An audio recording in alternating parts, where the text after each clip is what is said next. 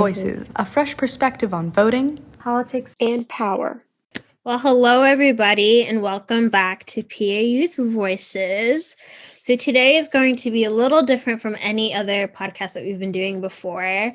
This is going to be a panel discussion with all our very amazing seniors, and they'll be introducing themselves after. And we're just going to talk you through the college process as it's been for us as, prospective college students. So welcome to PA Youth Voice. I'm Sajda Adam, and let our wonderful seniors introduce themselves. It's your girl, Sheyla. I'm a senior at Central. Actually, we're all seniors as well. I'll let them introduce themselves. But my name is Sheyla, and I'm excited to talk to you guys about this ongoing process that seems like it never ends. So it honestly never ends. Hey, everyone. I'm Sofia. I'm also a senior at Central, and I definitely wish I had a podcast to listen to when I was a junior. So I'm excited to be here. Hey everybody, I'm Zion.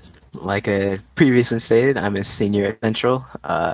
Just happy to be here. Yeah, so this is our senior Central panel, all four of us Central students. Go Lancers. So let's open it up. How was the college process for all of you? Because I know for me, absolute hell. I hated it. I honestly, there was times I was like, I don't want to go anymore. Like I don't. It's not even like the actual application process that's hard. I felt like the writing essays, like part of it, like in the beginning, was a little annoying. But like you can get through that with like minimal confusion. Financial aid, like all hell is loose when it comes to confusion. And it's like an ongoing process that I'm still like going through to this day, and like decisions come out in like 3 weeks. So yeah, that was what it's like for me. And you guys can open up about your experiences. I definitely agree that it's like an ongoing process. And I feel like it even started like before my 12th grade year. Like I was always like, oh, I want to go to this college. And it kind of just changes over the year. So I think like if you have a dream school or whatever, you might not end up there. So don't put all your eggs in one basket is what I would say. Because I know like when I was in 8th and 9th grade, I had this school. I was like, I definitely want to go there. And now I got into that school, but I definitely don't want to go there because they have the particular schools, because they have no sports. You really need to look into things and not just go based off of the name. And so I don't know, it just changes over the years. Then I thought I wanted to go to West Point, which is a military academy. And watch out, if you want to go there, make sure you start your application. You have to start your junior year. It literally opens January of your junior year. And so I'm still applying for them right now. And it's just very annoying. Right. It's not just academics, it's also physical. So if you're into like those type of schools, make sure you hop on that as soon as possible, because there's literally a medical test. It's not even just financial. So I was just talking about academic and financial. You have to do a medical test. You have to do a physical test. So there are a lot of different schools out there. And I don't know, sometimes I wish I had a dream school. So I was just set like some of these other people on this call who I know are already set. I'm just out here floating. Yeah, to go on to Shayla's point about like if you want to go to like certain schools, because I know I was thinking of applying to schools like out of the country. Like say if you want to apply to a UK school, like they start mad early, and like some of the schools you have to sign up to take a test like over the summer or something, so you can send it to them, and a whole bunch of like visa stuff. And so like you really like if you have like certain schools that are a little like out there, I would say definitely pay attention to like what they need, and definitely do that like mad early. Like I would say, like Sheyla said, like January, February of your junior year, start like making your list and like looking at the requirements, because you might need to be prepping like fast.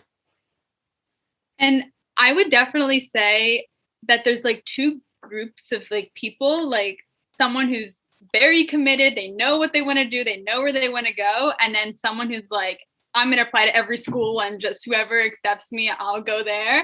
And I think through this process, the biggest lesson I learned was just keep your options open and like don't commit yourself like emotionally to some place or some city. Just always keep your options open and always be open-minded. Going off of Sophia's point, I think I was originally that second person just applying everywhere, but I ended up getting some help over like I guess this like starting in the spring of like junior year, just with the application process and learning the ins and outs, because I don't really have anyone to tell me all that college stuff and whatnot. So it was definitely a big help.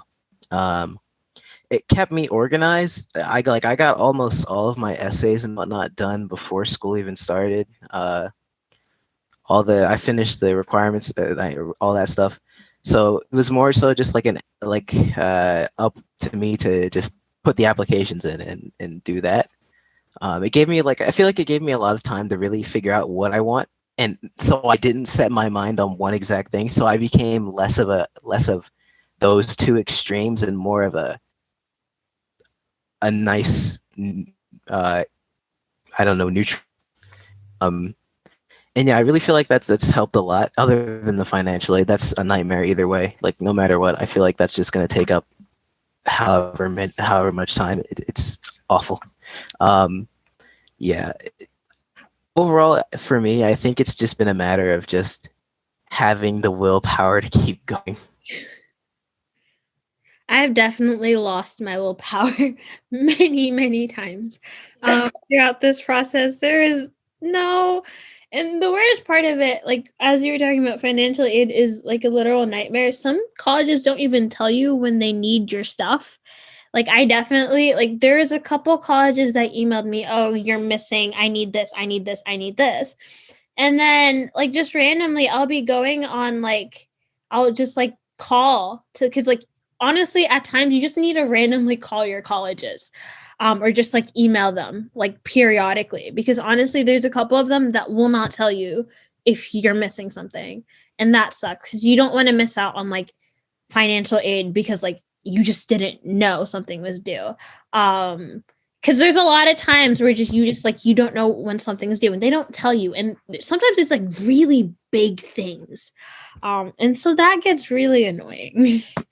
Real quick, just to go off that, I just sort of want to if you're listening to this and you see that you've missed a deadline, try and call the school because you never know what'll happen. I missed the deadline for Morehouse because I didn't know it existed. I just didn't know that it seemed like such an interesting school. Then I went to an event, was encouraged to apply. They were like, you know what? All right, that's cool. And now I'm waiting on the results. Hopefully that turns out well. Also, what Zion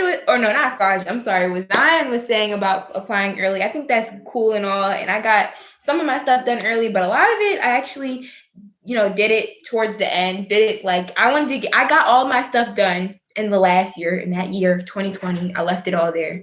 All my not my scholarship, all of my supplemental essays. But what I would say is don't rush it because you'll have more time to write about things. So if you feel like you're hitting writer's block or you don't have anything to write about, don't force it, but write when you feel inspired. And for me, that really helps because towards the end, I had done all this voter registration work and I was able to really reflect on it and really write about it better than I would have been able to do in September when I was doing the work. So just don't rush it. Just do things when it feels right. And if that's the day before, you might have good turnout. I mean, I got some acceptances. I haven't got all these acceptances yet, but I'm just saying I felt more inspired and I had more things to write about. I had more things to add to my application too, because then we have the National Honor Society induction, which happened later in November. So if I would have rushed it and been like, oh my gosh, I need to get everything done, I wouldn't have been able to add that to my application. So just do what's best for you. If you're like Zion, you need to get it done early, your junior year, then do that. But also don't feel like you're not going to be able to get it done. You will get it done. You'll have your winter break, your senior winter break. You can spend it all doing college apps, which a lot of us probably did. So. Yeah, I definitely agree with Sheyla. I spent, I want to say the majority of my break getting it all done. And I basically just handed most of mine in day of, maybe 2 days before.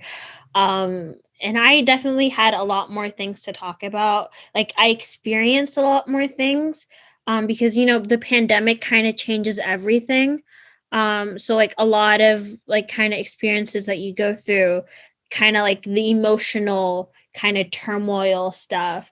Like, because I feel like when you're writing like your college essay, like you really want to be, I don't know, when I was writing my college essay, like honestly, like I just kind of wrote it to write it the first time, but that kind of later on, like I kind of, you have more time to kind of like settle in and kind of figure out like what you're feeling. Like definitely like don't rush it. Like Sheyla said, like just take your time and just make sure like you have a good timeline of like when you want to get things done.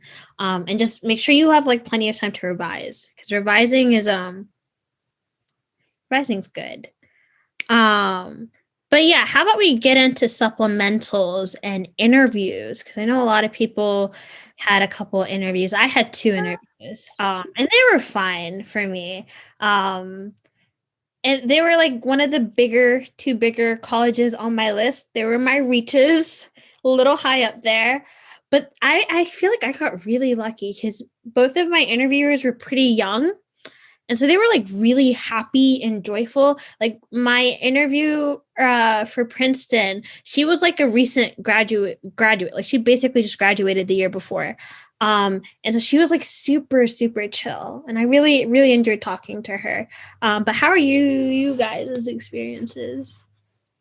I think talking about like supplementals and interviews, something that really helped for me was like kind of like having everything that I like to do or that I've done point to like one idea. And like I really like came back to that idea a lot. And like I guess my like reference word was passion, because I think I really love being and doing passionate things. So I repeated that word like 1,000 times in my interview.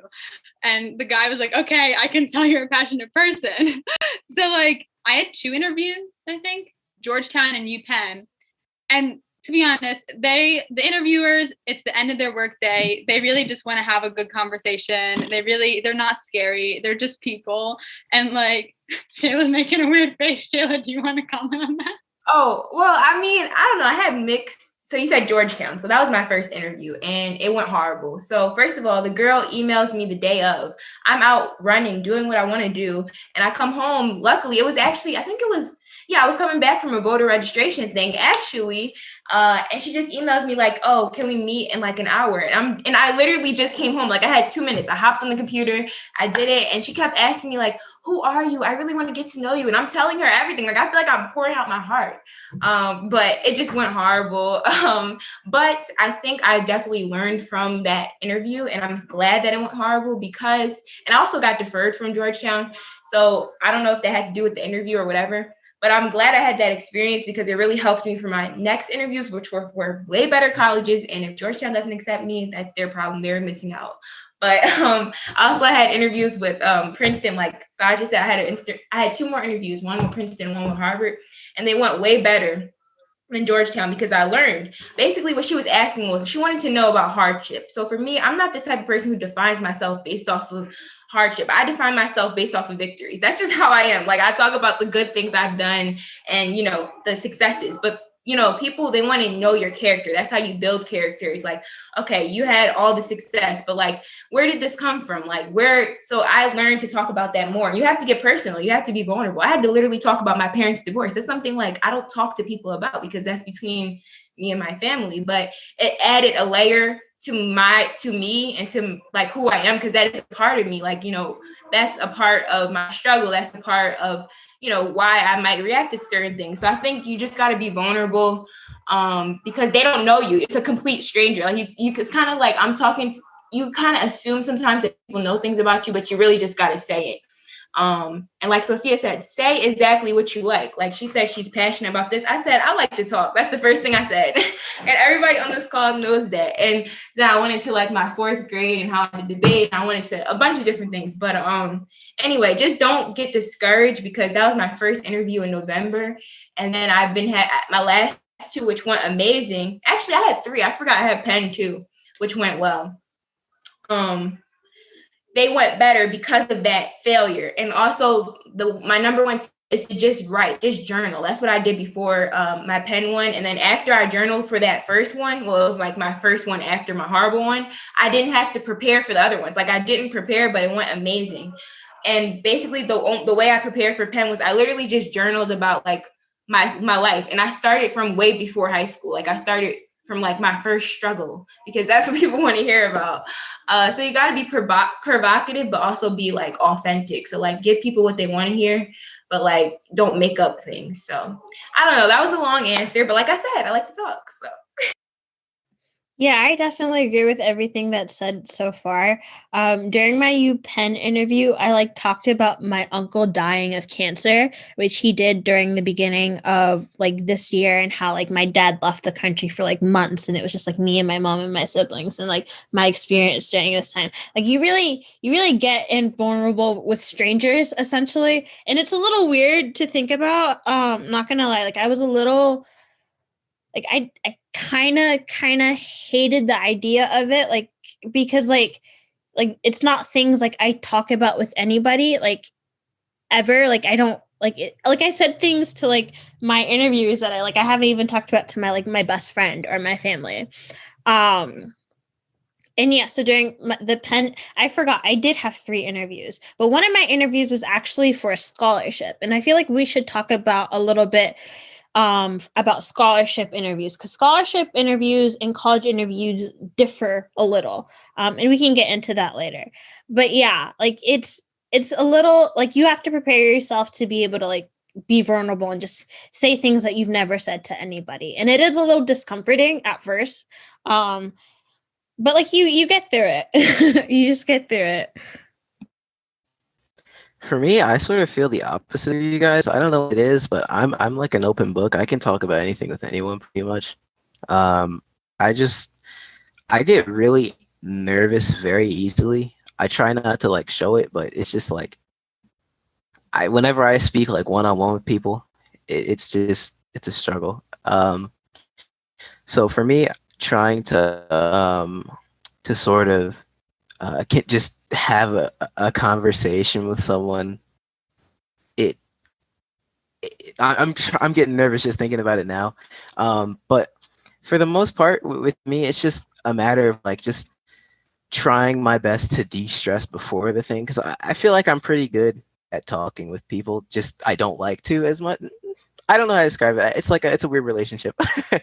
But when it comes to the supplementals, sort of similar to what Sofia said, just like I try and make each or connect it somehow to my personal statement essay in a way that elaborates on one of the traits that I talked about.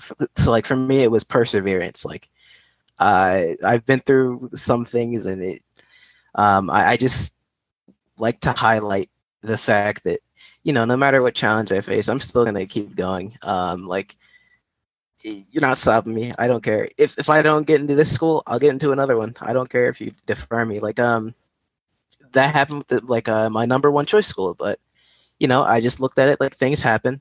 They didn't choose me. I guess maybe I'm not. This won't be the school that I'm the best at. So I thought of it like that and kept moving. Yeah, Sheyla said that's that boss. I like the way you think. Yeah, a quote that really like kind of inspired me through the whole process was like, every rejection is a redirection. And I think like I had like a lot of redirections through the whole process. Like I thought I wanted to go to school in this city. Like my top cities were DC, New York, and Boston, and I'm staying in Philadelphia. So like I had a big redirection and a big change of heart. And going off of what Zion said, sticking to one thing, but also sticking like to arrows, like tell the interviewer, tell the college how your life connects, because people don't want to hear about everything you do. People don't want to hear about like, oh, I do this. I'm on this sport team. I'm on this thing. I'm the president of this. They want to hear how your life, how it's all connected. So like, I literally started my interview with like, my life is a series of chapters, some philosophical BS. I don't know, but like, but Sasha, you said about scholarships, and girl, like I'm so burnt out like from college stuff that I don't. Scholarships is a whole other thing. Honestly, like after college and then financial aid and then having to do scholarships and all of that, honestly, it's like, I feel like the entire process is basically 4 months of burnout. That's what it should be called. It shouldn't be called the college process. It's 4 months of burnout. Like you're burning yourself out trying to like run behind all these colleges and all these scholarships. And it's honestly so tiring and so stressful. I feel like I've had more breakdowns in like the past 4 months than I have during my entire high school experience, which is saying something because there were moments, certain moments like physics. That was not a good moment. And sophomore year was, I'm not even going to get into that, but it's really stressful and you kind of just have to like push through it. You just push through it. It's horrible. But to talk about like actual scholarship interviews. So the scholarship interview that I was talking about is the Liberty Scholarship for Drexel. And that was actually, I feel like that went pretty well. And scholarship interviews are a little different from like, I would say college interviews. Cause like, I feel like my scholarship interview was a little more personal than my college interviews, and they talked about different things. Not necessarily a lot about the whole like financial side, but like I feel like they erred more on talking about it than the college interviews, which I guess makes sense because it's a scholarship. And they kind of want to talk, they talked a lot more about struggles and kind of like the pandemic than I would say my college interviews did.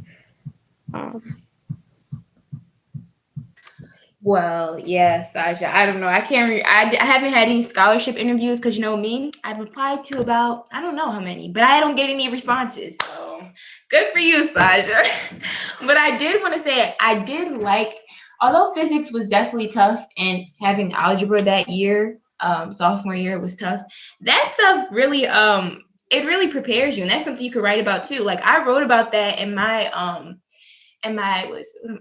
Common App. I'm sorry. I wrote about that in my Common App. I wrote about getting lost and letting school consume me. And then like towards the end, I wrote about how, you know, now I'm fulfilled now. So, you know, just with all the negative experiences, it just gives you more inspiration, more life to talk about, more things when they ask you, oh, what struggle have you? Like, you know, that's something you could talk about. Because like for me, I literally like sophomore year was definitely super tough. It was literally like I was in a whole bubble and it was just school. Everything else I shut out. And just if you go through that, that's fine. But don't let that consume your whole high school experience, because then you won't have anything to write about. You don't have anything to talk about because everyone goes to class. And just because not everyone might not get straight A's, everyone gets an A. Everyone can get a B. That's not what makes you unique. So make sure, you prioritize school, but have other things that are just as important. And even if it's not like a school activity or like some kind of organized thing that you're a part of, I've read stuff about people just like their rides on the bus, like hours long to get to school, stuff like that. I've seen has like really sparked interest in different like admissions people's heads, like something that you find interesting about yourself, or not even interesting, just atypical maybe. That's the kind of stuff that you should also pay attention to. It doesn't necessarily have to be like the more glamorous things that more people might think of. It's all about making yourself unique. Yeah, I remember my Common App essay. It was about like theological or whatever. I honestly, I don't remember what I wrote. So I wrote it in like October, but I remember I started mine. Oh, I said I don't remember, but I do. I started mine talking about like a YouTube video that I watched and then how that sparked, like some type of like self-discovery type thing. And it was Ricky Gervais. It was like a comedy video too. So like even like the college app essay is like serious, like it doesn't necessarily have to like be serious. Like I remember I was reading an example and this girl wrote hers about her resting bitch face. And I'm like, okay, like honestly, you have fun with it. Like have fun making it like weird and quirky. Because like honestly, these college advisors are like reading like hundreds of essays a day. And they're probably like tired. So just like make yours funny if you can. Like make it enjoyable to write and make it enjoyable to read. Yeah, I would say like just write, like just the Common App, like it's getting you into like people are gonna read that, but it's not like I don't know, like it's not like subject or objective, like it's gonna give you a grade or there's a good college essay versus like a bad college essay. I feel like everyone's is different, and like I feel like even within this panel of 4 people, we probably have completely different college. Or we do have completely different college essays. So just write. Like I would say the first thing I did was just like speak my like as if I was talking to my friends like about like what I like to do, and then I kind of like fine-tuned it, of course. But like yeah. Please do not use tag. Oh my gosh, in your essay. Please do en media res. We're learning that in our English class. En media res. Jump right into it. Nobody wants to hear, my name is Sheyla, I was born here, and this, and finally, please do, and don't use any conclusions. In conclusion, ultimately, this is not your English essay, okay? Jump right into it. You don't have that many words, and that's what I did. Mine was literally, I woke to sirens. It was about, I fainted in my freshman year. It was very embarrassing, but it was very interesting. Like, oh, now somebody wants to keep reading. So please do not do introduction. That's what you can do during your interview. Like make it interesting, and don't use big words that if you don't know what they mean. Like don't try to sound fancy. Like talk like you're talking. People don't, even when you talk and use big words, people zone out. I zone out. If people start talking like fancy, I'm just like, okay, all right, I don't have time to like get a mental dictionary and figure out what they're trying to say. So just talk like a regular person, because your grades, will show your intellect. Your essay is not to show your intellect, it's to show who you are. Something else I also did, just like that helped me a lot. I sort of wrote I wrote out my life, like sort of, I don't know who said it, but someone said they wrote a lot about their life. I used that and I made about like 5 different essays, and I used a lot of those as my supplementals. So don't delete stuff, just sort of throw it somewhere else and you might use it later. Yeah, definitely. There's so many supplementals, but the thing is for different colleges, they tend to repeat.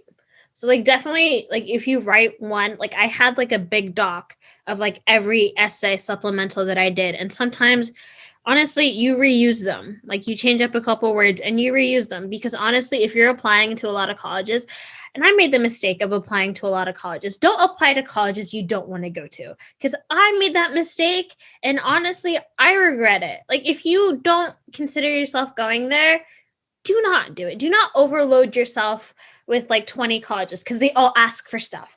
And that, okay, I'm not even going to go into that. I talked about that already. I lost my brain. Yeah. So I had like this big doc of everything and I just reused them if I could, because like, honestly, there's like some of my colleges asked for like 4 or 5 supplementals. And like, if you're doing that for like 17 colleges, that's a lot, especially if they tend to like basically all mean the same thing. Hello to all of our listeners out there. I'm Anika, and today I'm joined by a very special guest to tell us a little more about the experiences of the infamous college application process from another perspective. Please welcome Arjun Chaudhary. Arjun recently graduated high school just last year and is currently a freshman at the University of Pittsburgh. Arjun, why don't you tell us a little more about yourself? Sup, my name is Arjun. I just graduated high school, like Anika said. I'm attending the University of Pittsburgh right now, thinking about majoring in microbiology, minoring in comp sci. I love to play sports and play guitar in my spare time. Awesome. So, Arjun, having just graduated from high school, you would have a clear perspective of the stress and chaos that many of our high schoolers listening in today are going through. Tell me about your junior and senior high school experience. When I mention the college process, what are the emotions and thoughts that first come to your mind? Definitely stress. It's not an easy process, and there's a lot of like nervousness, anxiety, and stuff like that that comes from it, because my freshman and sophomore year were like a lot different compared to my junior and senior year. Freshman and sophomore year, it was just about grades and stuff like that. But now, like my junior year, I was taking the SAT, and that was like one of the most crucial years. So I had a lot of pressure, and it seems like the way that they put it, it's that like you have to like do this in order to not screw up your entire life. And that's like a lot of pressure to put on someone who like can't even legally do like a lot of things. Like I couldn't even like legally vote, but there's all this pressure to like do something that'll like determine the rest of my life, which I thought was like a lot of pressure. But yeah, that's kind of how it went for junior year. Senior year wasn't as bad because it was just college applications. And then once you're done with college applications, it feels like this huge like weight coming off of your shoulders. The end of senior year was pretty good, but it's still very stressful, very anxious. And then once you've submitted your applications, then you're still like waiting to hear back. And that's honestly even worse. Yeah, I can imagine. All that stress of applying and then waiting, it's really a lot to handle. Trying to just accumulate your experiences of life into like the Common App, essays, and extracurriculars, I'm sure can feel super overwhelming. And because of this, as you already know, many high schoolers are facing so much stress during these months of testing and applications. For you personally, what aspect of applying to college did you find the hardest or just the most stressful? And with this, were there any strategies that you used to facilitate the application process and really just mitigate that stress? Yeah, so I did kind of what you're not supposed to do and applied to a lot of colleges and did a lot of different applications. So I thought the hardest part for that was probably writing. And eventually I didn't really have a method. It just, from repetition over and over and over again, I saw like that some places, like some questions overlapped. So I just saved time and I was just like, okay, we'll just copy and paste, but just make sure you don't have the different college in that essay. And then I just eventually just got like really good at, I guess, writing about myself. Because after the first application was done, I kind of understood like, oh, okay, so these are kind of like the key points that I like to throw out. And they don't make it extremely hard. Some questions are really weird, and some applications are even weirder, but most of the time they don't make it terribly hard. You just have to write about yourself, and then most of the pressure is just making it sound good. But I don't know, eventually you kind of learn how to get into a flow, and that's kind of what happened. But I think the harder than that was just writing and then like taking a break and then a week later deciding, oh, I'm going to apply to these colleges as well.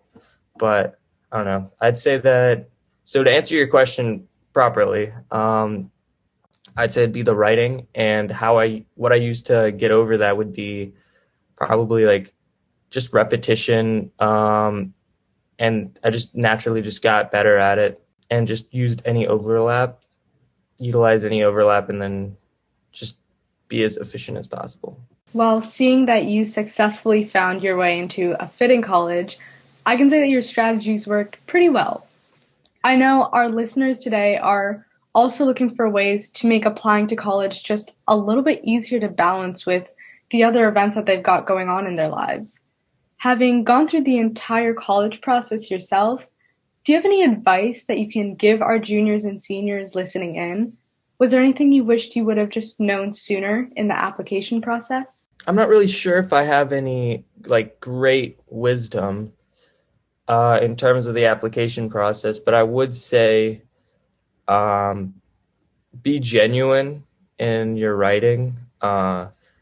like don't try and force things into your writing as well. Like if the question is about a certain thing, don't try and force your accomplishments into it, and just seem like answer everything like genuinely, and and honestly, leading up to it, when you're uploading your resume and extracurriculars and stuff like that, it's a lot easier and it sounds a lot more impressive when you genuinely like what you have done.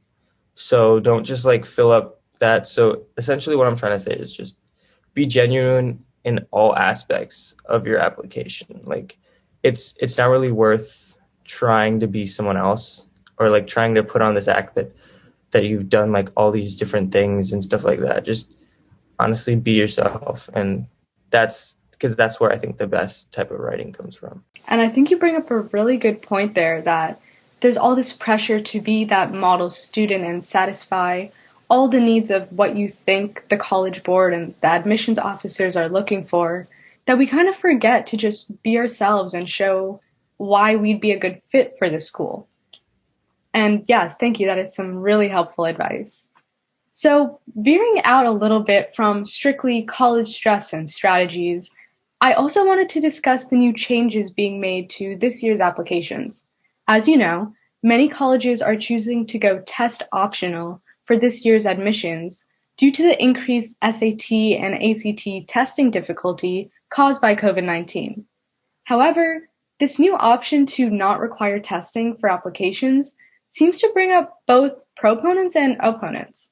Do you agree with the decision of colleges to go test optional? There's ups and downs to almost every decision that you'll ever make.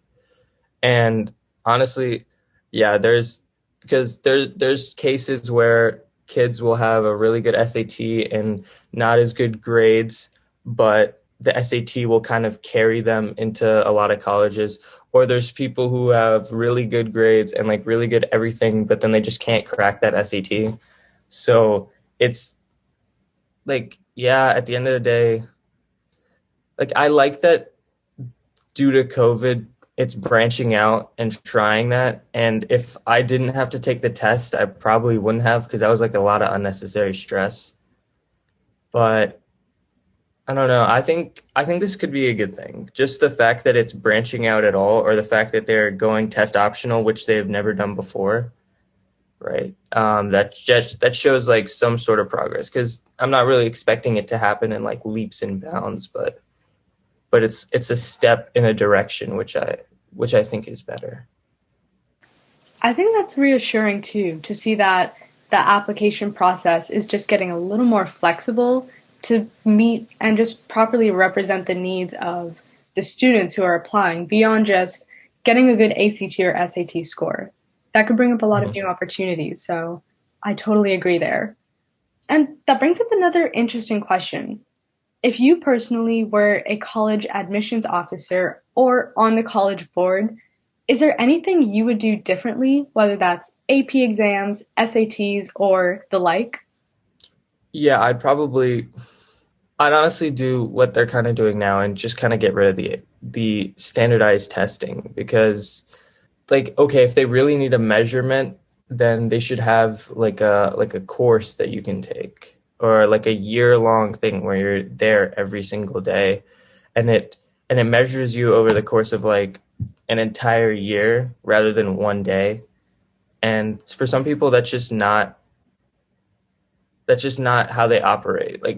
Like standardized testing isn't the way that you do things for everyone. Some people might be great at standardized tests, and that's why they look so good. But then when you put them out in the real world of the job that they have majored in, or done work for, then they won't be able to like think outside the box. They'll only be able to function in that standardized testing method.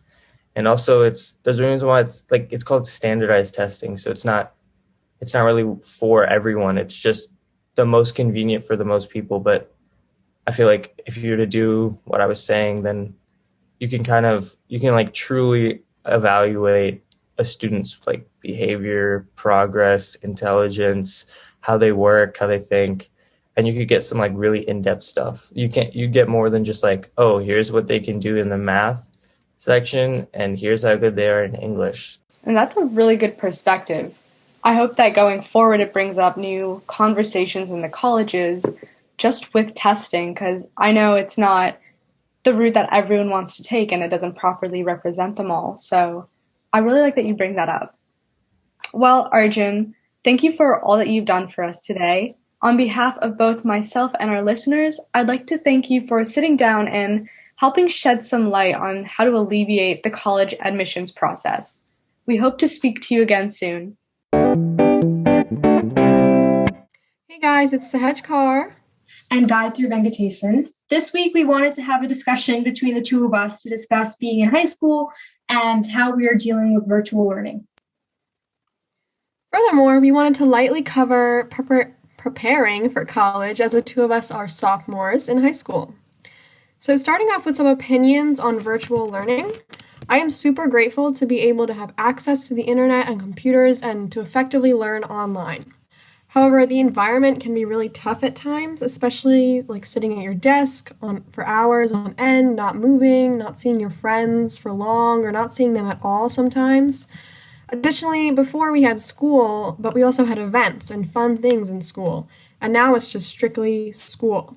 Even a lot of extracurriculars are online, and that's just a lot more additional Zoom meetings. This provides me, as someone who likes to get out of the house, with absolutely no outside time. I really miss being in person safely and just living as a normal teenager. Basically, every day since the beginning of the school year has felt like living the same day over and over and over again. I used to think that I disliked going to school every day, and at first I thought that virtual learning would be easier because I wouldn't waste time in transportation and such. However, I have come to realize how much I miss physically being in school with friends and teachers. You know, being physically in school provides students with a sense of academic purpose and direction. But right now, there seems to be no distinction between homework and classwork because everything is just me sitting in my room for up to 8 to 12 hours a day. I'm just switching between my bed and desk, staring at my computer, trying to get work done. And there's a concept of home being home and school being school, and everything being mixed up has messed up with the balance of our lives. And we often have to teach ourselves lessons, which poses an extra challenge. And in regards to extracurriculars, there is a sense of lacking fun and excitement because we are stuck within the same four walls. We can't see friends, and overall, it is not a great situation. Yeah, it's really difficult because my room used to be my comfort place after school, and now it is school, but it's also my comfort place. So like you said, it's like a mixed environment, and you're not really sure how to feel, and it brings a lot of conflicting feelings. Another thing that was a huge part of my life was extracurricular activities, from clubs to sports to music, and I would have extremely busy evenings and come home and just wish I didn't have to do them. I mean, it wasn't forced, but I was just tired and wished for a little bit of a break, which obviously lasted very long because now everything is online, especially orchestra. Orchestra online is very difficult and exhausting. Yeah, I agree. Before, extracurriculars being after school seemed like a burden, but now I've come to realize how much I enjoyed it more than just sitting in Zoom meetings. And however, despite these challenges, we are very much glad and grateful that we have been able to continue our education despite this pandemic. We have gradually adapted to this routine, and I have adapted myself a few techniques to stay focused and keep on moving forward in school. I've tried my best to establish a routine that is not stressful and I'm able to enjoy on a daily basis. I set aside time for school, family time, and me time, which I usually spend researching or watching movies. Furthermore, I've joined more out-of-school clubs and activities that allow me to stay connected with people in my community rather than drifting alone in my room. Yeah, for sure. I know I am lucky and blessed to have these opportunities still, and I've learned a lot over the course of time. Honestly, I've learned a lot of in-person meetings that happen, they would be very effective and more concise and put together over Zoom, which is interesting. For example, without the development of Zoom and kind of the advancements of it, PA Youth Vote, which we were both a part of, It brings people together from across the entire state of Pennsylvania, so it wouldn't exist without a major Zoom platform like this. So that's really important. Yeah, for sure. Joining the PA Youth Vote Coalition has allowed us to stay connected with our community. We have really enjoyed promoting civic education and boosting engagement in the polls. We are a part of the social media and podcast teams mainly, which have been very fun in regards to research and sharing our thoughts and information with people around us. Overall, this team has just, given us the freedom to be more involved politically and keep up with civics in a way that is, more fun than a burden. Yeah, speaking of extracurriculars, high school is the bridge from youth to adulthood, meaning college. This year, I've seen a lot of virtual opportunities pop up for kids, like sessions for discussions and seminars, which is really cool to have that it's a different environment that you can interact with people. One thing I have been wondering is that even though the class of 2023 and beyond is not directly impacted by the pandemic like 2020 and 2021 and 2022 are, we have some aspects that are, like for testing AP classes, or extracurriculars that have to be in person, like sports. And some people have some difficulty adjusting to the online environment, and that's really tough to explain in the future, maybe on an application or something. Yeah, the prospect of college can definitely be daunting from some aspects in regards to academics and standing out. However, I like to believe that what is meant to be is meant to be. We will just have to put forth our best efforts and, as cheesy and as cliche as it sounds, be ourselves and participate in activities that we feel passionate about and enjoy in the sense that they make us feel as though we are growing as people. There often seems to be a pressure to have incredible achievements to stand out from the competition, as we are often told growing up. But I think that as long as we are confident in our individual abilities and achievements, all will end well.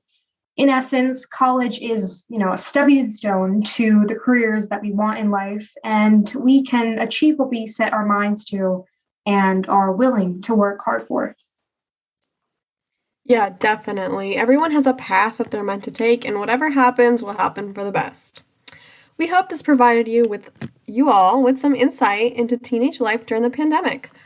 Follow at When Westchester Votes and at PA Youth Vote on Instagram for civic education and voting updates.